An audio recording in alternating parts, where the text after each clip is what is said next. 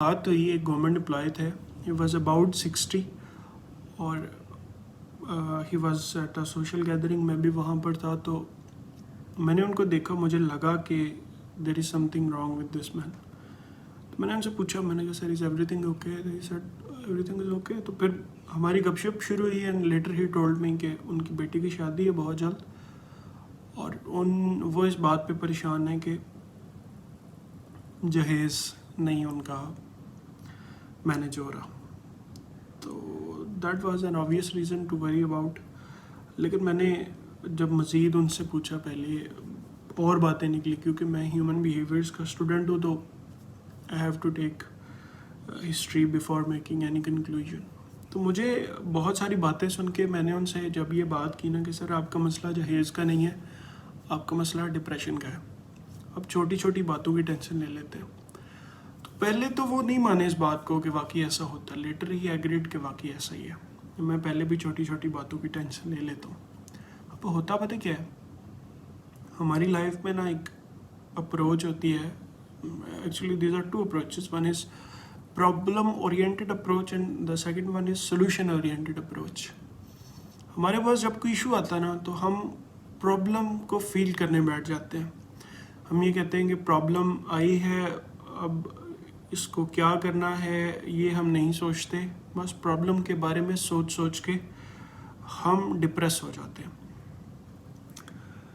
आप कभी पहाड़ चढ़े ना, पहाड़ चढ़ रहे हो तो जब आप पहाड़ चढ़ रहे होते हैं तो आपके पाँव में ना अगर कहीं कंकर फंस जाए आपके जूते में तो वो आपको बड़ा तंग करता है. वो आपको पहाड़ नहीं चढ़ने देता.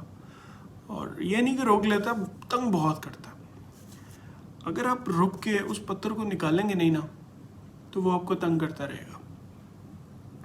जब कभी भी लाइफ में डिप्रेशन, स्ट्रेस, एंजाइटी या कुछ भी ऐसा आए तो हमारा काम ये होना चाहिए कि रुक के देखें कि either the problem is with the environment, ये मसला बाहर से आया है, या ये मेरी ज़ात का मसला है. क्या मैंने इसको अपने ऊपर हावी तो नहीं कर लिया. अब जैसे इन दिस केस जहेज़ के लिए अगर आप सोल्यूशन ओरिएंटेड अप्रोच पे जाएं, अगर आप ये सोचें कि मैंने इसको कैसे करना है, देन आप एक स्ट्रेटजी बनाते हैं कि यार मैंने मंथली इतनी सेविंग्स करनी है या मैंने उधार लेना है या कुछ भी करके मैंने उसको मैनेज करना. मसला तब आता है जब हम प्रॉब्लम ओरिएंटेड अप्रोच पे रह कर मायूसी वाली फीलिंग को इतना अपने ऊपर ओवरवेलम कर लेते हैं ना कि हमें सोल्यूशन नज़र ही नहीं आता. हमें फिर किसी के पास जाना पड़ता है. और बहुत सारे लोग तो जाते ही नहीं हैं किसी के पास. वो पूछते ही नहीं है किसी से कि मेरे पाँव में ये जो कंकर फंसा हुआ इसको कैसे निकालूं. तो अगर आपकी लाइफ में कभी कोई इशू आ जाए, लेकिन there are total 27 types of emotions और उनमें से कुछ नेगेटिव है. गुस्सा नेगेटिव है, नफ़रत नेगेटिव है, इसके अलावा शर्मिंदगी है, हसद है, गुस्सा, डर, मतलब ये सब कुछ नेगेटिव इमोशंस में आता है. तो अगर कभी कोई इशू आपको एक्सटर्नली तंग कर रहा हो तो रुक के देखिएगा क्या उसकी वजह ये तो नहीं है, आपके ऑफिस के कोलीग से आपकी नहीं बन रही.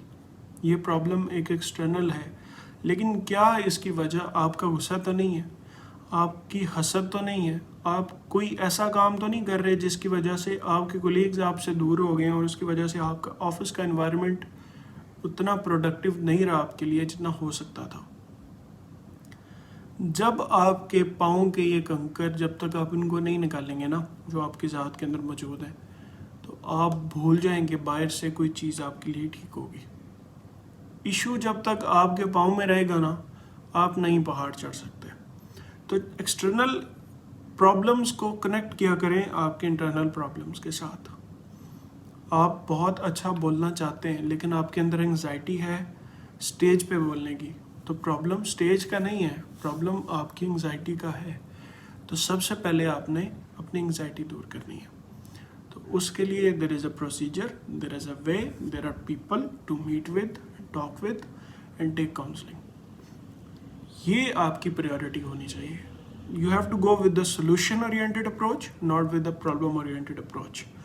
जिस दिन आपको ये फ़र्क समझ आ गया और ये समझ में आ गया कि आपके इश्यूज़ क्या हैं और आपको इनको स्ट्रेटजिकली हल कैसे करना है, उस दिन आपके लिए पहाड़ चढ़ना या ज़िंदगी में आगे चलना बहुत आसान हो जाएगा।